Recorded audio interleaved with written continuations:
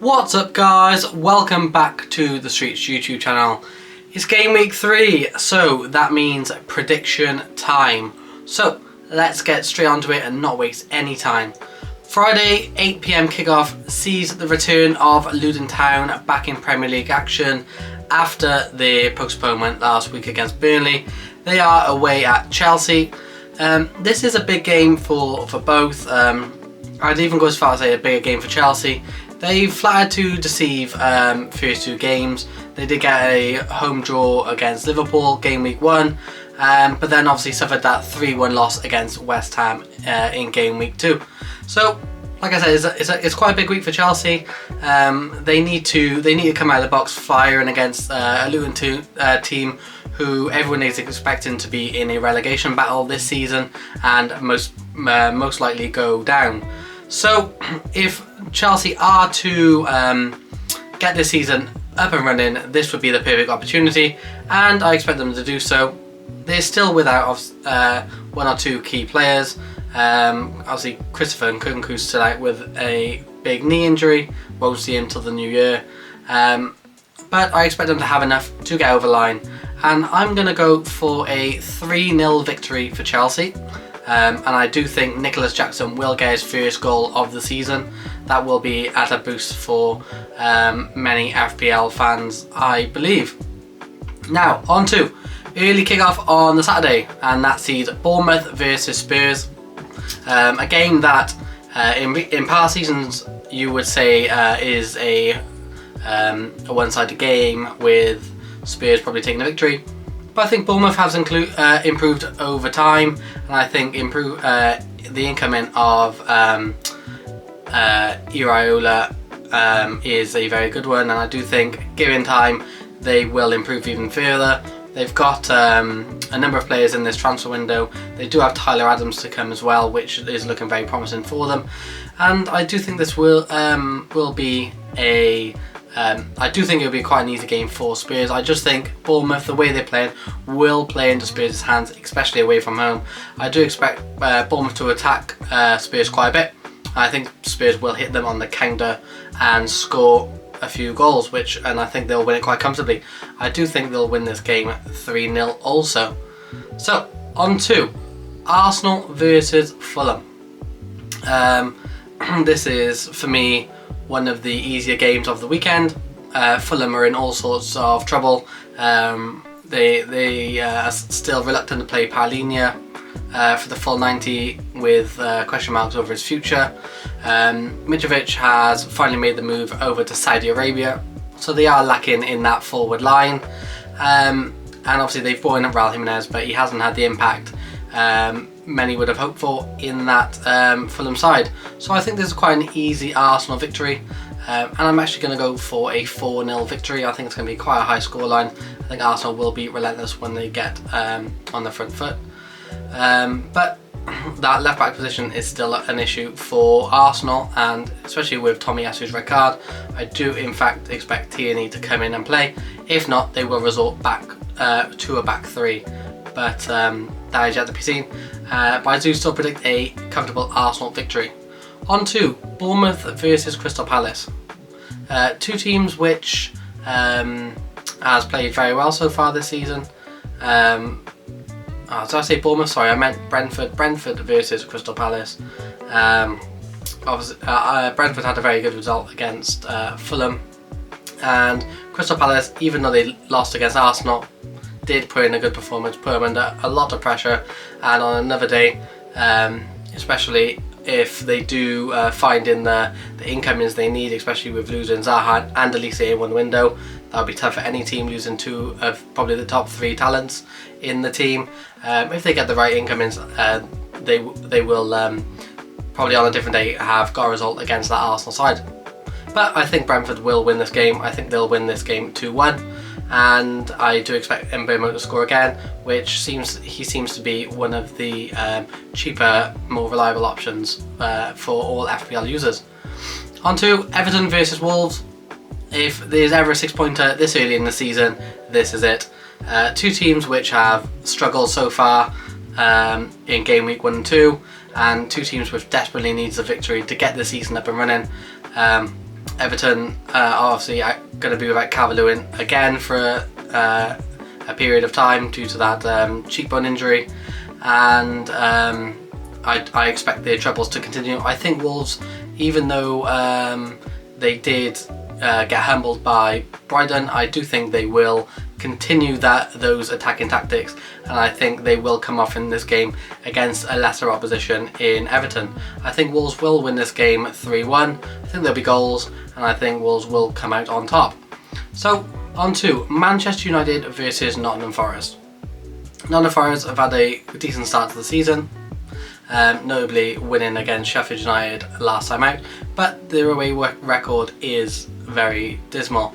They only picked up 8 points away from home last season. I expect that trend to continue, even though Manchester United have been struggling in the first 2 games. Yes, they picked up their first 3 points in game week 1 against Wolves, but they were very, very poor in that game and against Spurs. This is a big game for Manchester United, obviously due to those performances, and will need to put in a good performance to beat a well-drilled Nottingham Forest team. I do expect them to do so narrowly, and I think it will be 2-0. On to Brighton versus Wolves. Brighton versus West Ham. I don't know what's wrong with me today. I think these are 2 teams which put in very good performances in game week 2. There wouldn't be many people who would have predicted a West Ham 3-1 victory against Chelsea, but they did play very well even though they were down to 10 men. They looked very comfortable in their defence, and I don't think Chelsea really posed them a massive threat even though they went down to 10 men. Yes, Chelsea had a lot of the ball that game, 75% to 25% possession, but West Ham held out quite comfortably and even got that late 3rd goal to seal the game. Brighton have steamrolled past both Luton and Wolves in game week 1 and 2 respectively, and I can see them doing the same here. I don't think it'll be a walk in the park though, but I do think they'll get through narrowly, and I think this might be a 3-2 win. I don't think there'll be a clean sheet either side, but there will be goals. Like I said, a 3-2 win. On to Sunday, and first game is Burnley versus Aston Villa, and this could be a brilliant game to watch. Both teams playing a nice attacking style of football. They both have a good style of play, and I think if Burnley, obviously this is their 2nd game of the season as well due to the postponement between Luton and Burnley, and I think if they were to learn from that Manchester City defeat, they had a lot of the ball that game. They actually posed Manchester City a lot of problems. I think if they've learned from that, it could be a tough day at the office for Aston Villa. And like I said, it all depends on what type of Burnley turn up. But because Aston Villa do have that, attacking style of play and a very good forward line. Obviously they just went and beat Hibernian 5-0 with Ollie Watkins scoring a hat-trick, so he's in fine form, and they just won 4-0 with Ollie Watkins not even scoring. So there's goals all around the team for Aston Villa, so Burnley will have to be on top of their game to get a result. I do think it'll be a 1-1 draw. I think Burnley will get their tactics spot on in this game. I think Vincent Kompany will pick up his first point as a Premier League manager, and I think it'll end 1-1. On to the second game, and this could be the biggest scoreline of the week. Sheffield United against Manchester City. Sheffield United have been quite poor in their first 2 games. They lost to Crystal Palace 1-0, and they lost to Nottingham Forest 2-1. So I can see the trend continuing, especially against the best team in Europe currently, and I can see this being quite a big scoreline even though Manchester City are away from home. I expect Erling Haaland to get back on the score sheet, and I think that'll be a 5-0 victory. And the last game of the week, which is probably the blockbuster of the weekend, and that is Newcastle versus Liverpool. 2 teams which I expect to be fighting for similar positions come the end of the season. Not quite for the title, but certainly for the 3rd, 4th and 5th place finishes, depending on where those 2 and Manchester United, maybe Chelsea even lie. but they'll be fighting for similar honours, and this will be a good marker to see where each team is in the season. Obviously Newcastle just came off a 1-0 Manchester City loss, with them beating Aston Villa 5-1 at St James's Park in game week 1. So they've had a positive start to the season. Liverpool drew 1-1 away from Chelsea and then beat Bournemouth 3-1, but did look quite vulnerable and did go behind early on in that game, and they could have fallen 2 behind had the offside flag not gone up for Bournemouth's first goal. So for this one, I am actually going to predict a 1-1 draw. I think Liverpool do have enough to pose a massive threat to Newcastle, as Manchester City did, but likewise Newcastle have a well-rounded team. They have a really good way of playing, and Isak caused them a lot of problems in the fixture at Anfield last season. I think it was on his debut actually, and obviously the reverse fixture this side, with Newcastle being at home, it finished Liverpool 2, Newcastle 0, and that was largely due to Nick Pope's red card, which highly affected that game. But like I said, I'm going to go for a 1-1 draw, and we will see how my predictions pay out this week. Last week I did very well.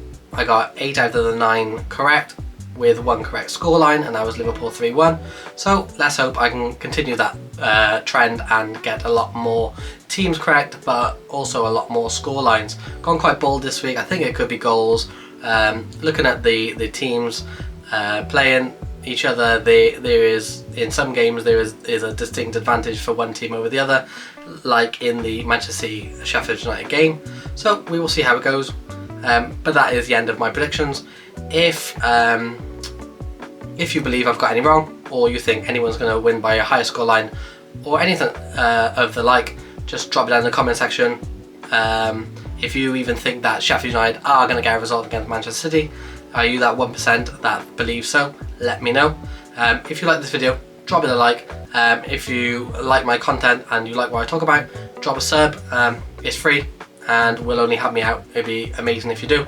But other than that, I will see you on Monday. Last game Sunday, so I'll see you Monday for the review video, and then going on to my team of the week video. I am going to start posting my FPL teams, not this week because it's quite short notice, but I'm going to start next week, and I'm going to explain all my decisions and stuff like that, so there'll be more content coming to the channel, and there'll be some FPL in with the preview videos and review videos, stuff like that. I'll even show you how I done on the weekend, see what sort of mistakes I made, stuff like that, and it'll just be extra content for you to watch.